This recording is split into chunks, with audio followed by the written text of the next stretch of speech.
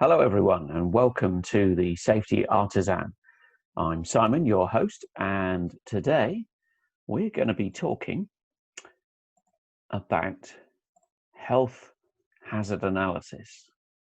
Okay, so this is task 207 in the Mil-Std-882E approach, which is targeted for defense systems, but you'll see it used elsewhere. And the principles that we're going to talk about today are widely applicable. So you could use this standard for other things if you wished. Okay, we've got a big session today, so I'm going to plow straight on. We're going to cover purpose of the task, the description. The task helpfully defines what a health hazard is. It says what health hazard analysis, or HHA, shall provide in terms of information. We talk about three specialist subjects: hazardous materials, or HAZMAT, ergonomics, and operating environment. And also radiation is covered, another specialist area, and then we'll have some commentary from myself. Okay, now the requirements of the standard of this task, are so extensive that for the first time I won't be quoting them, all of them word for word. I've actually had to chop out some material, but I'll explain that when we come to it. We can work with that, but it is quite a demanding task, as we'll see. So let's look at the task purpose. So we are to perform and document a health hazard analysis and to identify human health hazards and evaluate what it says, materials and processes, using materials, etc., that might cause harm to people, and to propose measures to eliminate the hazards or reduce the associated risks.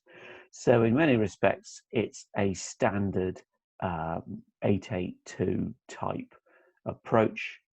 We're going to do all the usual things. However, as we shall see, we're going to do quite a lot more on this one. So, task description. We need to evaluate the potential effects resulting from exposure to hazards. And this is something I will come back to again and again. It's very easy dealing in this area, and particularly with hazardous materials, to get hung up on every little tiny amount of potentially hazardous material that is in a system or in a particular environment. And I've seen this done to death so many times. I've seen it overdone in the UK when COSH, control of substances hazardous to health, came in the military. We went bonkers about this. We did risk assessments up the yin yang for stuff that we just did not need to worry about. You know, stuff that was in every office up and down the land. So we need to be sensible about doing this, and I'll keep coming back to that. So we need to do, as it says, identification, assessment, characterization, control, and communicate hazards in the workplace or environment. And we need to follow a systems approach, considering, you know, what's the total impact of all these potential stressors on the human operator or maintainer. So again, I come from a maintenance background.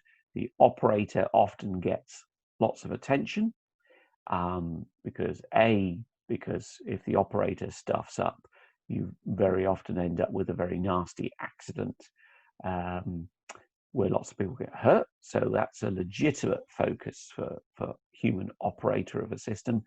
But also a lot of organizations, the executive management tend to be operators because that's how the organization evolves. So sometimes you can have an emphasis on operations, and maintenance and support and other things get ignored because they're not sexy enough, quite frankly, to the senior management. And that's a bad reason for not looking at stuff. So we need to think about the big picture, not just the people who are in control. So moving on with task description, Okay, yeah, we need to do all of this good stuff, and we're thinking about materials and components and so forth, and if they cause or contribute to adverse effects in organisms or offspring, so we're talking about genetic effects as well, or pose substantial present or future danger to the environment. So in 882, we are talking about environmental impact as well as human health impact. And there is an environmental task as well that is explicitly so.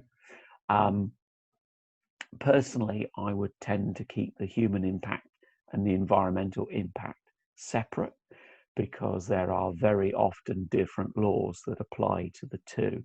And if you try and mix them together or do a sort of one-size-fits-all analysis, you'll frequently make life more difficult for yourself than you need to. So I would tend to keep them separate.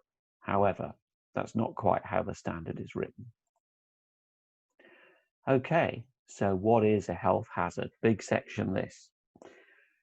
So as it says, health hazard is a condition, and it's got to be inherent to the operation, etc., through to disposal of the system. So it's cradle to grave. That's important, and that's consistent with a lot of Western law.